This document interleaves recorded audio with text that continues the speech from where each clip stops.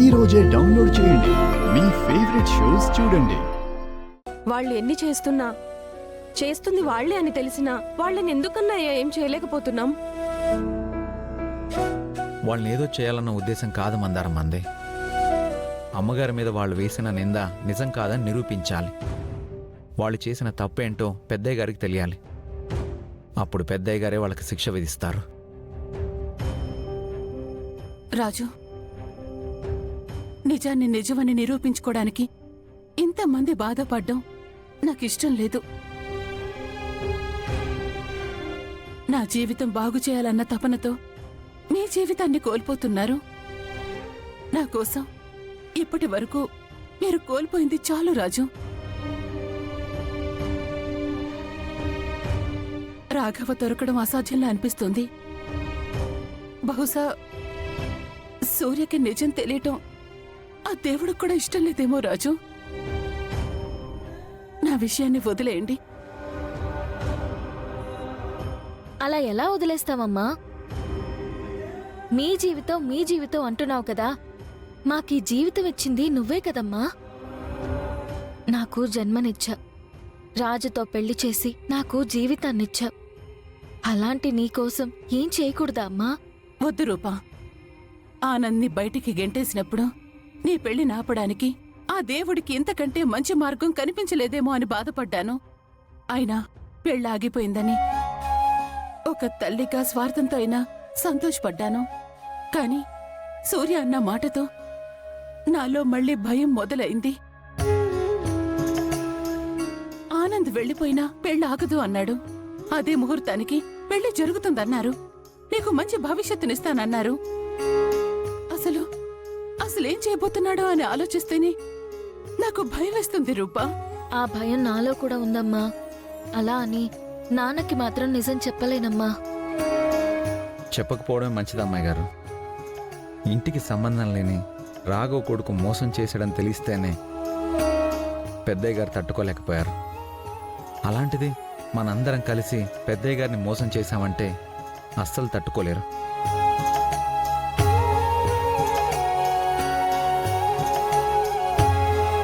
అసలు పెద్దయ్య గారి మైండ్లో ఏముందో తెలిస్తే గానీ మనం ఏం చేయలేము అమ్మాయి గారు.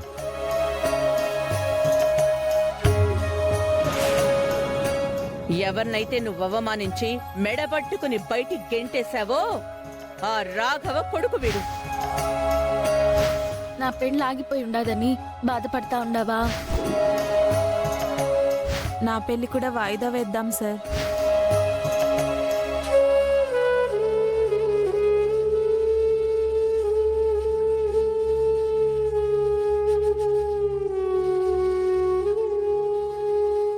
అన్నయ్య,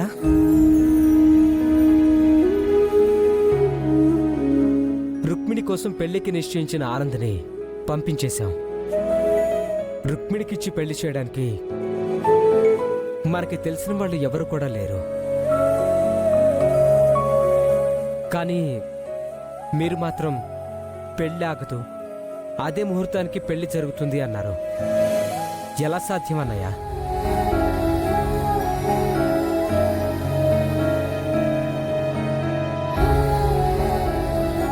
తాతయ్య, మీరేమనుకోకపోతే మీకు ఒక మాట చెప్పాలనిపిస్తుంది. చెప్పొచ్చా తాతయ్య? చెప్పు బంటి. ఏం జరిగినా అంత మన మంచికే అనుకోవాలని మా అమ్మ చెప్పేది తాతయ్య. అవును బంటి, మీ అమ్మ చెప్పిందే నిజం. అయితే రుక్మిణి అమ్మ పెళ్లి ఆగ్పురం కూడా మన మంచికే అనుకోండి తాతయ్య.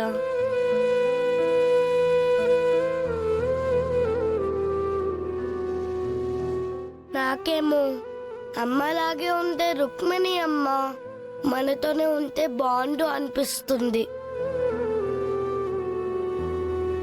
మీకుదా రూపమ్మలాగా అనిపిస్తుంది కాబట్టి. ఏం చెప్పాలనుకుంటున్నావో చెప్పు బంటి. నాకు భయం వేస్తుంది.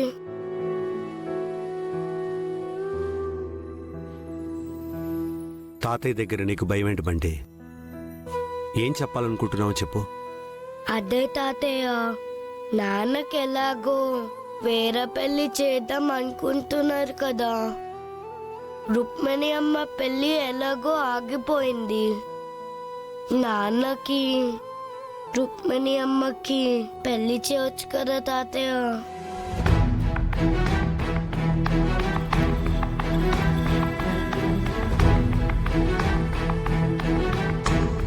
బంటి బంటికి నేను చెప్తాను, మీరు వెళ్ళండి చంద్ర. అలాగే అన్నయ్య.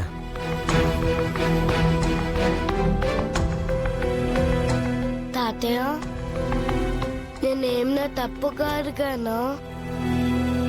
బంటి, ఏం జరిగినా మన మంచికే అని మీ అమ్మ చెప్పింది కదా.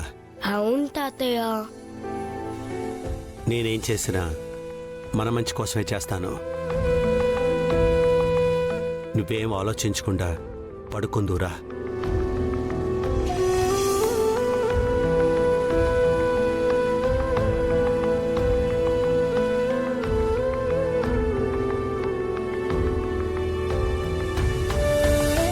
నాన్నకి రుక్మిణి అమ్మకి పెళ్లి చేయొచ్చు కదా తాతయ్య.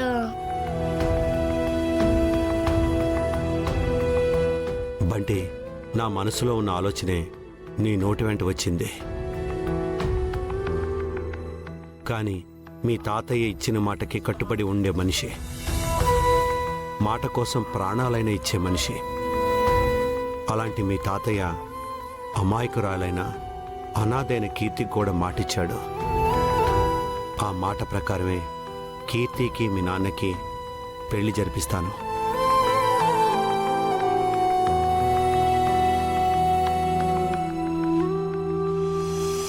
అదే ముహూర్తానికి పెళ్లి చేస్తా అంటున్నారు. ఎలా చేస్తారా ఆంటీ?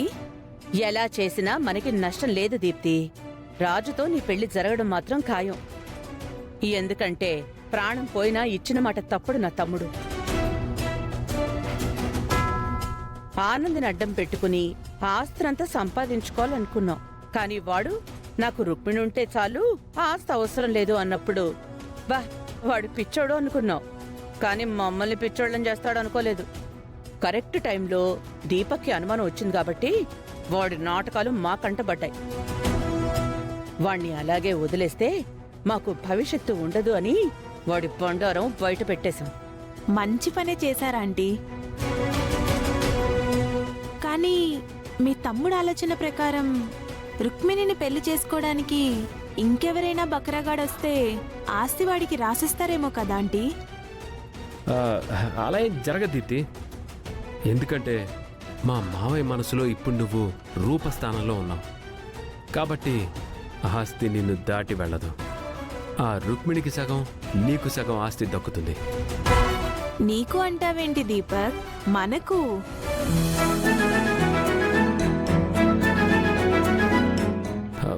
మనకు అంటుందంటే దీప్తి నా మీద మనసు పడిందా ఏంటి?